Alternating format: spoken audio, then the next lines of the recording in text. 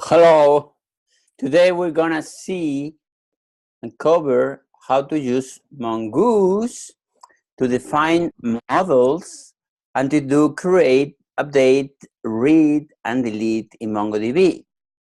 So this is the last lesson in the MongoDB base.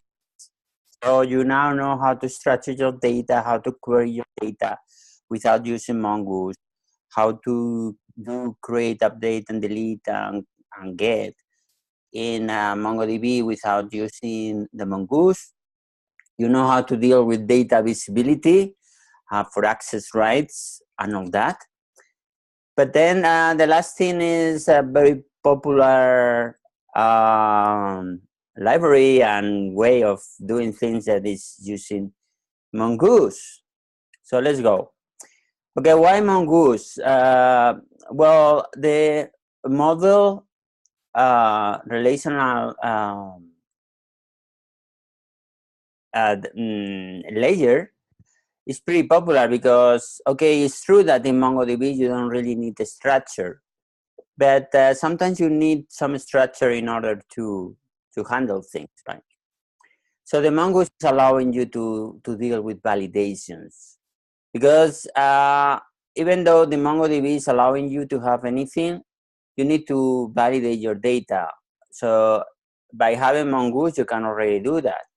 If you are saving into an integer string, then it's gonna complain because you're not doing the right thing, which is good because probably makes no much sense if you have an status, for example, that will, some documents have an integer and some other documents have a string.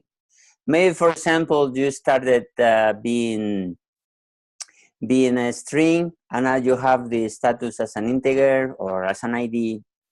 So, but the documents are pretty messy, right? Because if you don't have some structure, then you're just gonna have in MongoDB or a lot of garbage. Or depends if you are. I mean, in your application, you have ways to deal with that. That's possible, and then you can have without any validation. So we're gonna cover the benefits of doing that. So the benefits is that it's easier to really know what's you're having in the Mongo because you go to the schema. For example, you will define the schema like that.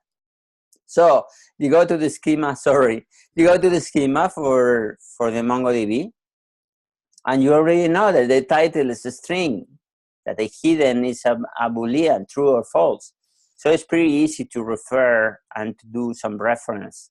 Developers go to the schema or to the model and you just check what they have in the MongoDB. So it's pretty handy because you got, and besides, you can have some object and then you can have some fields that are kind of free type. So not everything needs to be structured. That's the neat thing.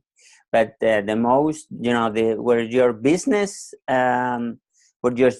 logic is, you will need some validation because you need to have some checks that your data is all right. So then you have the types allowed in Mongoose. You have a string, number, date, buffer, boolean, object ID for the IDs, an array, which is a list of things. So it's pretty handy. So also when you're creating, it's pretty easy to do. So it is popular because it's easy to deal with MongoDB this way.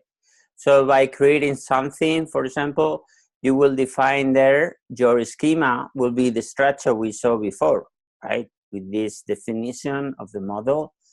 So you're creating your model and you're saying, okay, there you're telling that you have a collection called tank, and then you have your schema. So there you go, your model. The model is a collection and the schema, and that's the model. And then you got the model, you can start writing data. So it's pretty easy because you just do, I want to create some data, and you just have a callback, okay? So in the callback, you get an error and you get the data. In this case, it's small. And by doing that, it's already saved because it has been created. So you are done. Then you can, do things with the created item, or you can use save. You will do the same thing. You will define well, in this case, a different case. You will create a new model from the tank, the one you got up there, and that model is gonna say, okay, size is small. So for this one, you're using save, and you are kind of updating some field, or maybe you just want to create a new object with only that field. Okay, let's go to read.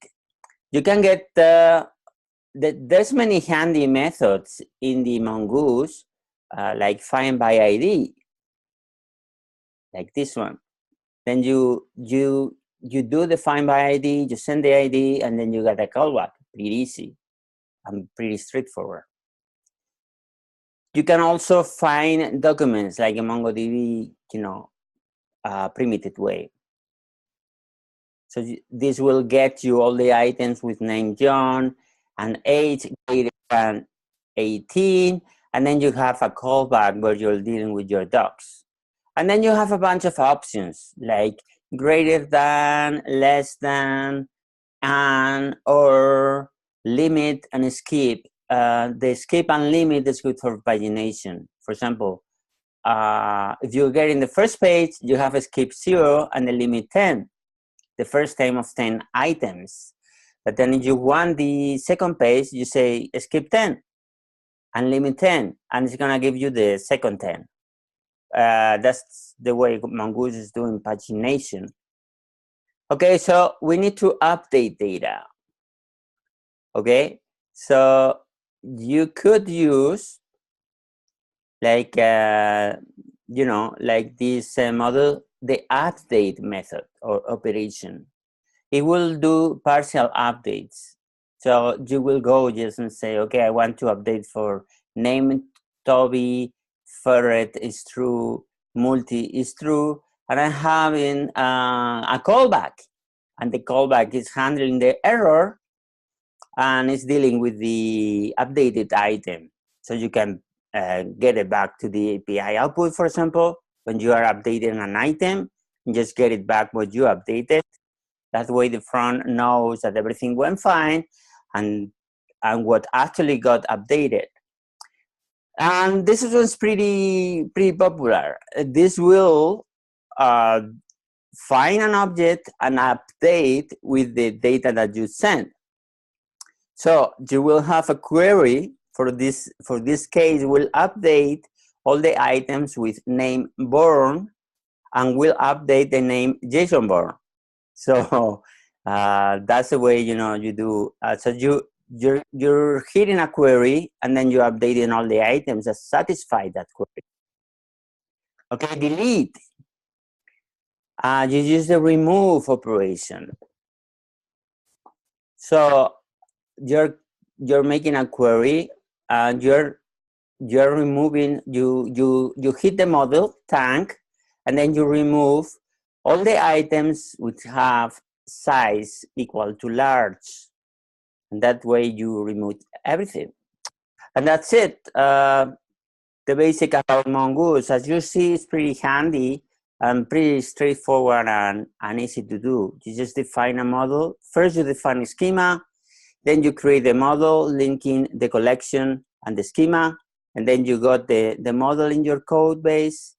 And then you're dealing with the model. You create, you update, you find by ID, you query using define, you remove documents from the collection and from the model using the model. So I really like it. I mean, I prefer to use Mongoose than without, but it's up to you. During these 5 lessons, I showed you how you can use either way. You can use it MongoDB without Mongoose, pretty dynamic because you can have any structures you want, with having the benefits of the being dynamic, because sometimes you don't really know what you're having in the structure. So by using the dynamic way of doing Mongo, then you can write anything, and as you grow and you change your application, then you have that, and you write the new data, and then your application, you deal with it. Or you use some structure and use Mongoose, where you define your models. You could use it, you can change fields. The good thing is in the database, in the Mongo, there's not the integrity. It's not that like in the SQL engines, because the schema on all this is everything in the application layer. It's not in the database layer, so it's not the same thing. Like using a SQL engine and defining some string, because you need to do migrations. With MongoDB, you don't really need to do migrations. You can if you want, but that should not stop your application from running, because you can do it in the background. So you can define a schema being a string, and then later on define it as integer. Now, when you do that, when you're trying to save, you're no longer accepting the strings, but the strings are there in the database. So you can update them as the user are using them like on demand, or you just can go and update everything like a migration. So the good thing about this Mongo and these schemas is that you are in control. I mean, the database layer is not imposing restrictions on you. I hope you enjoyed, and you can get into making applications with Mongo and create great projects and great applications. I would love to learn from you on any applications you do or any projects, and I hope you liked the lessons. And as always, comment below any experiences, feedback, or recommendations you may have. And as always, do more and move faster.